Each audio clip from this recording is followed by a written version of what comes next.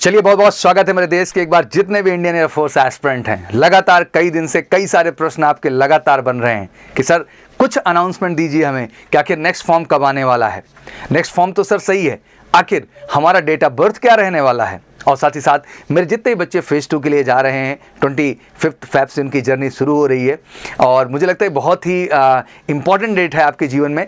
तो मेरी तरफ से बहुत बहुत शुभकामनाएं भारत के हर बच्चे को जो फेज़ 2 के लिए जा रहा है बच्चा। मैं यही कहूँगा, बिल्कुल जाओ, चक दे फट्टे, नप दे गिल्ली, बिल्कुल आग लगा दो यार। Give your best. आपने अच्छा प्रिपेयर किया है, जहाँ से भी किया है, जैसे भी किया है, अपने दम पे किया है, किसी सहयोग से किया है। बस अब आपको जानना है, बेस्ट करना है बेटा। अपने रेस में भी बढ़िया करना है, अपने एडेप्टेबिलिटी टेस्ट 1 दैट मीन अपने SRT और GD में भी आपको एडेप्टेबिलिटी टेस्ट 2 में भी बेहतर करना है और बिंदास जाके बढ़िया ढंग से बोलना है और बिल्कुल कमांड दिखा देना है कि वाकई में आप इंडियन एयरफोर्स के लिए डिजर्व करते हो। बट इन सब के बीच एक बड़ा अहम प्रश्न ये है कि इतने एग्जाम के बाद रिजल्ट जिस तरह का आया, कट ऑफ जो देखने को मिला, वो सबके लिए सरप्राइजिंग था। और ऑब्वियसली मैंने कहा कि ये सबका प्रेडिक्शन ही हो सकता है, इसमें कोई कमिटेड ये नहीं कह सकता कि एग्जैक्टली यही रिजल्ट होने वाला है। तो आप इस बात को लेके सबसे पहले आज आश्वस्त हो जाएं। यहां तक कि मेरी बात को लिए भी मैं कहता हूं कि हमेशा वो एक प्रेडिक्शन ही होगा जब हम कट ऑफ की बात करेंगे। आप इतना दबाव डालते हैं तो शायद इस वजह से मैं आता हूं और कट ऑफ को लेके बात करता हूं, बट मैं जानता हूं उसमें उस लेवल की ऑथेंटिसिटी नहीं होती एग्जैक्टली। ये कहीं ना कहीं इंडियन एयरफोर्स का डिसीजन होता है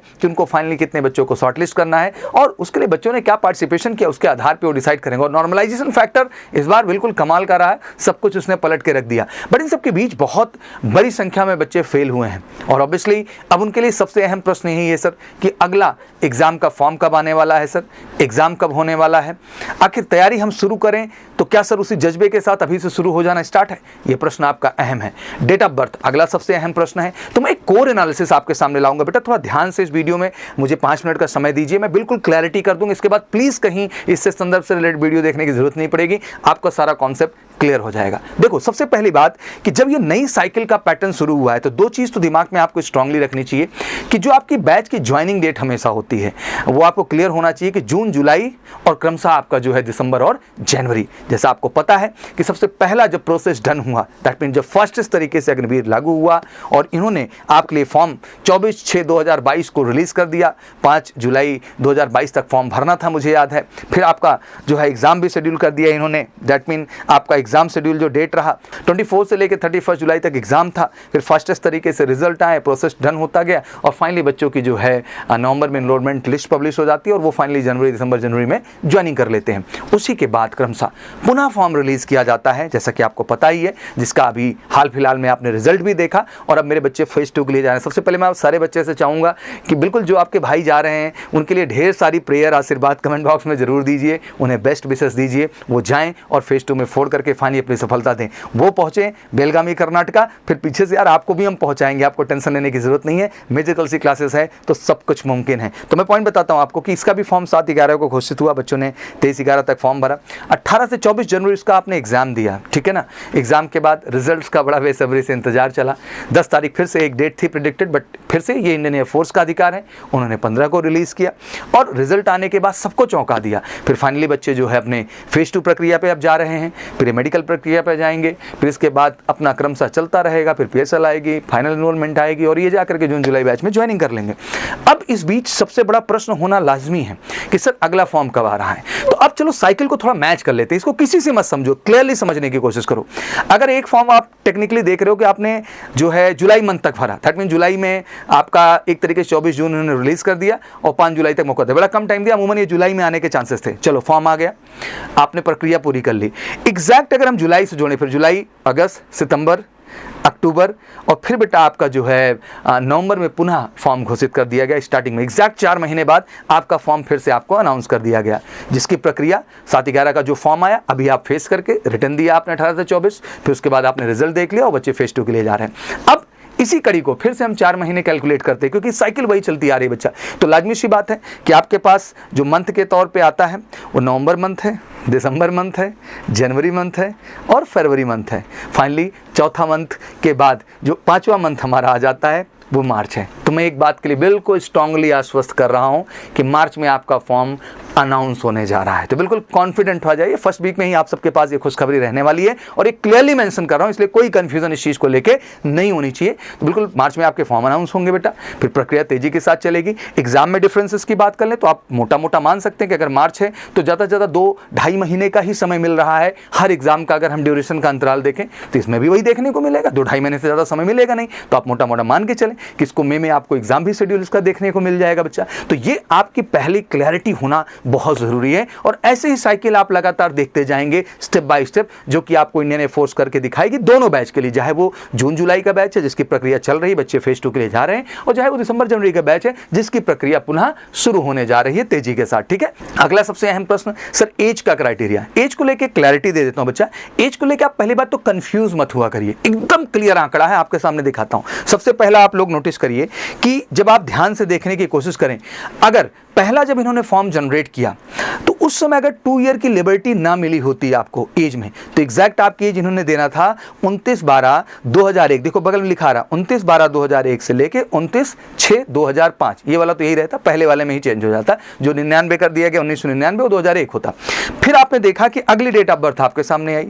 जब अगली डेट ऑफ बर्थ आई तो साफ साफ आपको दिखाई दे रहा था कि 27/6/2002। ध्यान रखिएगा, 27/6/2002 से 27/12/2005। अब इसको चलो सिंपली समझते हैं बड़ी आसान सी भाषा में। 6 मंथ का एक साइकिल आपको देखने को मिल रहा है यहाँ पे। देखो जैसे वहां हमने कहा था 29/12/2001, अब उसमें 6 महीने जोड़ते हो एग्जैक्टली आप, तो लाजमी सी बात है कि आप 2002 में एंट्री कर जाओगे, क्योंकि 2001 12वां मंथ वहां दिखाई दे रहा है। तो वो क्या बना 27/6, 2 दिन रिड्यूस करते हुए इन्होंने 27/6/2002 कर दिया। समझ में आ रहा है? 6 महीने जुड़ रहा है, आपको प्रॉपर ढंग से दिख रहा है। और उधर भी जुड़ गया क्योंकि 29/6/2005 था, तो 6 महीने उसमें जुड़ा बेटा, तो उसको जो है इन्होंने 27/12/2005 के आंकड़े में रख दिया। अब अगला भी यार क्लैरिटी के साथ आपके सामने होगा, फिर से हम 6 महीने सरप्लस कर लेते हैं इस पूरी प्रोसेस एंड प्रक्रिया को समझते हुए, तो 27 के बजाय पुनः 29 हो जाएगा और 29/12/2002 देखने को मिलेगा। इंटरेस्टिंग बात फिर से मैं आपको डिफाइन कर रहा हूं कि आपको यहां 29/12/2002 देखने को मिलेगा और उधर बेटा आपको देखेगा 29/6/2006। अब मैं बहुत बड़ा रॉकेट साइंस नहीं बता रहा हूं, ये एकदम क्लियर है, ऐसा ही कुछ रहना है आपके सामने एज, इस चीज को लेके क्लियर हो जाए। फिर से रिपीट कर दे रहा हूं, 29/12/2002 से आपका उधर देखने को मिलेगा 29/6/2002। इसमें कुछ अजूबा नहीं किया है, जो पीछे का साइकिल चला रहा उसी में हमने 6 मंथ क्या कर दिया मेरे बच्चा, ऐड कर दिया। ये बगल में तुमको दिखाई भी देगा कैसे ये चीज अपग्रेड हुई। तो ये रही एग्जैक्टली आपकी एज की क्राइटेरिया और ये एग्जैक्टली आपका रहा बेटा कब नोटिफिकेशन आपका आने वाला है। एग्जाम भी आपके शेड्यूल दिमाग में डाल दिया हूं। तो आज से अगर मैं कैलकुलेशन शुरू कर दूं तो मुझे लगता है कि अभी एग्जैक्टली आपके पास 3 मंथ का टाइम है, जिसपे आप बिल्कुल एक फोकस्ड अप्रोच से लगे बच्चा। जो लास्ट एग्जाम में बीत गया अब उसको गोली मारो यार, अभी जो आगे है ना बच्चा उसको संभालने की हमारी जिम्मेदारी है। और मेजर कल सी क्लासेस हमेशा एक बेस्ट रिजल्ट्स क्रिएट किया। इस बार के भी अगर हमारे रिजल्ट की आप बात करते हैं तो हमने बेस्ट रिजल्ट फिर से इंडिया में दिया है। हमें आकर के उस चीज़ को बताने की जरूरत नहीं, हमारे पीछे लगातार चल रहे रिजल्ट्स को आप देखेंगे। आज हमारे पास जो है 1000 आप कैटेगरी में बच्चे पहुंचे जो कि GDSRT के लिए जुड़े, हमारे साथ ऑफलाइन भी बच्चे जुड़े और ऑनलाइन भी जुड़े। Thank you to everyone. और मुझे पता है कि MKCians प्राउड फील कराएंगे बेलगामी में पहुंच के बेस्ट रिजल्ट्स के साथ। तो मुझे इस चीज़ को लेकर बहुत ज़्यादा नहीं बताना है, मेरा ये मानना है बेटा कि सच्चाई से हम मेहनत करते हैं और सच्चाई से आपको मेहनत करना है, और दोनों लोग अगर ईमानदारी से मेहनत करेंगे तो हमेशा रिजल्ट जो होगा बेटा वो अच्छा ही होगा। दैट मीन आप समझते हैं रिटर्न में आज के डेट में बेटा आपका स्कोर अब 80% से नीचे हो ही नहीं सकता है, क्योंकि देखो यार फाइनल मेरिट को भी समझना होता है बच्चा और बहुत ज़रूरी है। इसके बाद आपका ये प्रश्न जरूर बनेगा कि सर नॉर्मलाइजेशन के बाद जो स्कोर है सर इसके आधार पर हम फेज 2 में जा रहे हैं तो क्या इस बार कोई दिक्कत है? नहीं बेटा, बहुत ज़्यादा इंक्रीज इस बार नहीं होगा कट ऑफ, क्योंकि ऑलरेडी बहुत ज़्यादा इंक्रीज कर गया है। तो मोटा मोटा जो है बहुत अंतर मेरे को नहीं लगता, 1 मार्क्स तक का मैक्सिमम डिफरेंस मेरे को दिखता है। बट मैं तब भी कहना चाहता हूं यार बॉर्डर लाइन में जीना ही क्यों? अगर वाई ग्रुप का एग्जाम जा रहे हैं तो 40 अबव स्कोर करेंगे सर, इसमें कोई क्वेश्चन मार्क ही नहीं है। हम एक्स में अपीयर होने जा रहे हैं सर तो आपको 50 अबव स्कोर मेरा दिखेगा ही दिखेगा, कोई क्वेश्चन मार्क ही नहीं है सर। बेटा यही कमिटमेंट चाहिए, क्या ये कमिटमेंट नहीं लाई जा सकती है? यही कमिटमेंट होगी और ये कमिटमेंट करो कमेंट बॉक्स में यार। अगर ये कमिटमेंट नहीं है बेटा तो फिर यार हम सहम के नहीं जी सकते हैं, फौजी बनने जा रहे हैं बेटा, रॉयल्टी के साथ अटैक होना चाहिए। जरूरत क्या है? एक सिस्टमैटिक और स्ट्रैटेजिक पढ़ाई की, एक सिस्टमैटिक सिस्टमैटिक और प्लान्ड आपकी पढ़ाई की बेटा मेजर कलसी क्लासेस के, चाहे आप ऑफलाइन प्रोग्राम का हिस्सा बनते हैं बेटा, चाहे ऑनलाइन, दोनों ही प्लेटफॉर्म पे हमने बेस्ट टीम आपको दे रखी है। और वो टीम बिल्कुल तन मन धन से आपके साथ मेहनत कर रहे हैं, आपको लगातार हमारे साथ जुड़े हैं। जैसे मधुर सर फिजिक्स में जान लगाते हैं, आजाद सर इंग्लिश में बेटा जान लगाते हैं, आपके साथ जो अभिषेक सर लगते हैं, सौरभ सर लगते हैं, विकास सर लगते हैं, पूरा एक्सपर्ट टीम लगती है जो बिल्कुल मेहनत करती है ऑनलाइन पे भी बेटा और जबरदस्त ऑफलाइन पे भी, केवल एक उद्देश्य से कि मेरे बच्चे का हर कॉन्सेप्ट पे कमांड हो जाए। क्योंकि देखो अल्टीमेट बेटा जब तक आपका जितने टॉपिक आपके फोर्स में पूछे जा रहे हैं उनके कॉन्सेप्ट पे काम नहीं होगा, तब तक उस पे बेस्ड क्वेश्चन लगाने पर आप सक्षम ही नहीं हो पाएंगे। एक तरफ कॉन्सेप्ट और उसी के साथ एयरफोर्स बेस्ड क्वेश्चन लगाने का ज़्यादा से ज़्यादा हम आपको मौका देते हैं बेटा। आपने बहुत जगह पढ़ लिया होगा, बट मैं कहना चाहता हूं कि जिस तरीके इस बार फिर हमने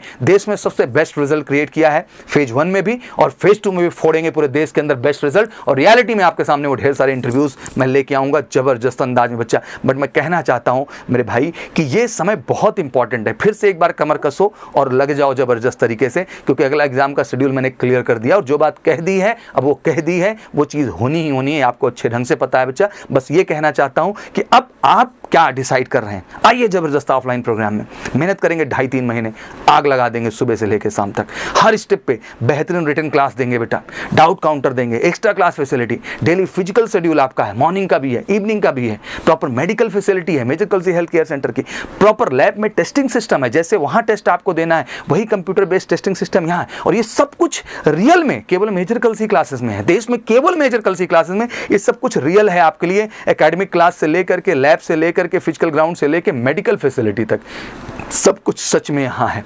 और इसी सच्चाई के साथ हम जुड़ना चाहते हैं, ऑनलाइन जुड़ना चाहते हैं, फटाफट MKC लर्निंग ऐप को डाउनलोड करिए। बेहतरीन डेली आपकी जबरदस्त क्लासेस होती हैं बेस्ट टीम के द्वारा, और बच्चों ने कमर कस के लग भी गए हैं बेटा। अब बारी आपकी है, इस बार अगर चाहते हो बेटा श्योर शॉट सक्सेस, तो मैं कहना चाहता हूँ कहीं मत कंफ्यूज होइए, बहुत सारे प्लेटफॉर्म पे भटकाओ मत लाओ बेटा। मैं कहता हूँ सच्ची जगह आओ, सही जगह आओ, और वो सच्ची और सही जगह देश में है मेजर कलसी क्लासेस। तो बिल्कुल कॉन्टैक्ट नंबर उठाइए हमारा 9696330033 पर, फटाफट कॉल करिए बेटा, हमारे साथ जुड़िए, हम ही आपको लक्ष्य तक ले जाएंगे और मिशन बेलगामी हम ही आपका पूरा कराएंगे। क्योंकि हर स्टेज की जो तैयारी है, चाहे वो रिटन है, चाहे वो फिजिकल है, चाहे आपका GDSRT हो, चाहे मेडिकल, हर स्टेज में इस देश में ऑर्गेनाइज रियल और सच्ची तैयारी कोई देता है तो केवल मेजर कलसी क्लासेस देता है। तो वाकई में वो भरोसा बनाइए, बेस्ट रिजल्ट आए। इस बार बच्चे फिर से फोड़ने वाले हैं बेलगामी में, वो रिजल्ट्स में आपके सामने बिल्कुल जबरदस्त तरीके से पीछे दिख ही रहे हैं, रिटन के धुआंधार रिजल्ट। अब जल्दी आपके सामने फेज 2 के भी रिजल्ट्स लाना शुरू करेंगे, बच्चे जैसे बैक टू बैक सफलता को अर्जित करेंगे और सब बिल्कुल कॉन्फिडेंट हैं। बिल्कुल बाकी और कोई क्वारीज एंड कन्फ्यूजन हो तो प्लीज़ मेंशन कर दीजिएगा कमेंट बॉक्स में, मैं बिल्कुल आपके सामने फिर से हाजिर हूँगा। बट सारी इन्फॉर्मेशन अब एग्जैक्ट मैंने दे दी है। एज फिर से एक बार रिपीट कर देता हूँ, 29/12/2002 से बेटा 29/6/2006 का एड है। मार्च में खुशखबरी आपके सामने है, मई में आपका एग्जाम है। अभी इतना ही समझना आपके लिए ज़रूरी है। अब लग के जम के तैयारी करिए और फाइनली अपनी सफलता को सुनिश्चित करिए। मैंने पूरा साइकिल भी समझा दिया। किसी तरह अपडेट एडवांस बुकिंग के लिए बिल्कुल कॉल करिए 9696330033 पर। Thank you so much, wish you good luck. जय हिंद, जय भारत।